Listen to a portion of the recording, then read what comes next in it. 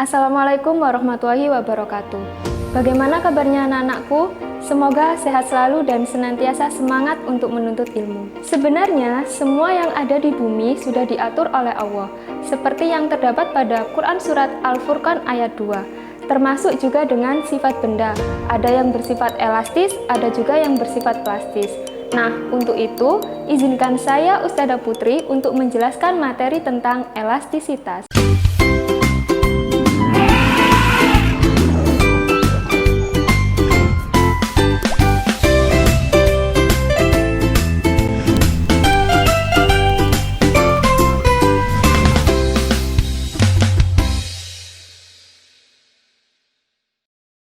Kalian semua pasti pernah naik motor kan?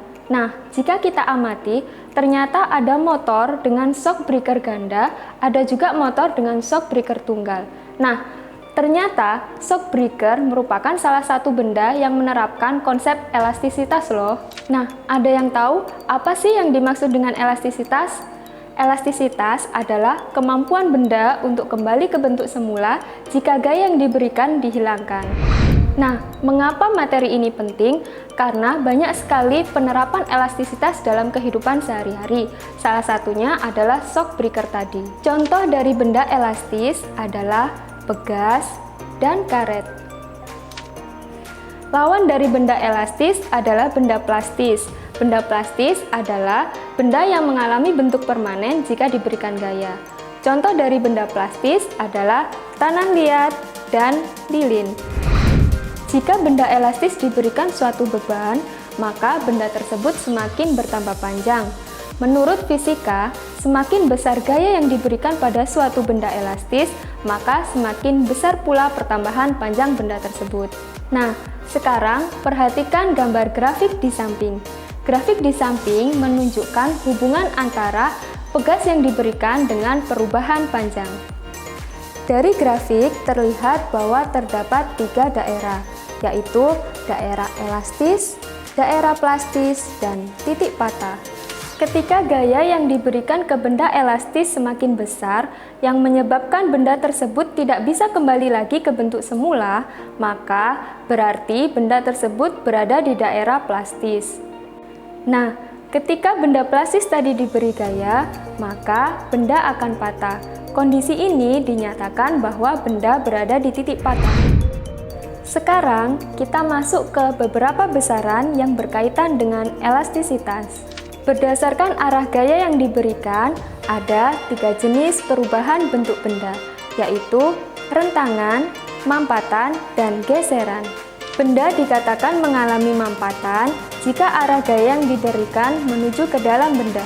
Sedangkan, benda dikatakan mengalami geseran jika benda tersebut mendapatkan gaya yang arahnya keluar dari benda, sedangkan posisinya berada di atas dan di bawah benda tersebut. Nah, ada beberapa besaran yang berkaitan dengan elastisitas, yaitu tegangan dan regangan. Tegangan adalah perubahan bentuk benda karena diberikan gaya. Rumus dari tegangan adalah gaya dibagi luas penampang. Sedangkan regangan adalah perbandingan antara perubahan panjang benda dengan panjang benda mula-mula. Selain tegangan dan regangan, ada satu lagi besaran dalam elastisitas, yaitu modulus elastisitas. Modulus elastisitas adalah perbandingan antara tegangan dan regangan. Modulus elastisitas ini biasanya juga disebut dengan modulus Young.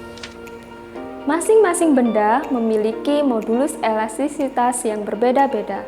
Semakin besar modulus elastisitas suatu benda, maka menunjukkan benda tersebut semakin elastis. Di dalam materi elastisitas ini, ada suatu hukum yang dinamakan dengan hukum Hooke. Menurut Pak Hooke, semakin besar gaya yang diberikan ke dalam suatu benda, maka pertambahan panjang benda tersebut juga semakin besar. Secara matematis dapat ditulis dengan rumus F sama dengan K kali X, di mana F adalah gaya, K adalah konstanta pegas, dan X adalah pertambahan panjang benda. Nah, kenapa di situ tertulis tanda minus? Tanda minus menunjukkan bahwa jika kita memberikan gaya ke arah kanan, maka benda tersebut bergerak ke arah kiri. Itu artinya, gaya yang diberikan berlawanan dengan gerak benda tersebut. Bicara mengenai susunan pegas, pegas bisa disusun dengan 3 cara, yaitu seri, paralel, dan campuran. Nah, susunan pegas yang berbeda-beda ini digunakan oleh manusia untuk membuat benda-benda yang bermanfaat. Contohnya adalah spring bed disusun dengan pegas paralel, tujuannya adalah membuat nyaman ketika dipakai. Nah, demikian penjelasan saya mengenai materi elastisitas dan manfaatnya dalam kehidupan sehari-hari. Bagi yang ingin mengunduh materi ini, bisa klik link di bawah ini. Sekian dari saya, semoga materi ini bermanfaat. Sampai ketemu di pembahasan berikutnya. Keep healthy, be happy. Wassalamualaikum warahmatullahi wabarakatuh.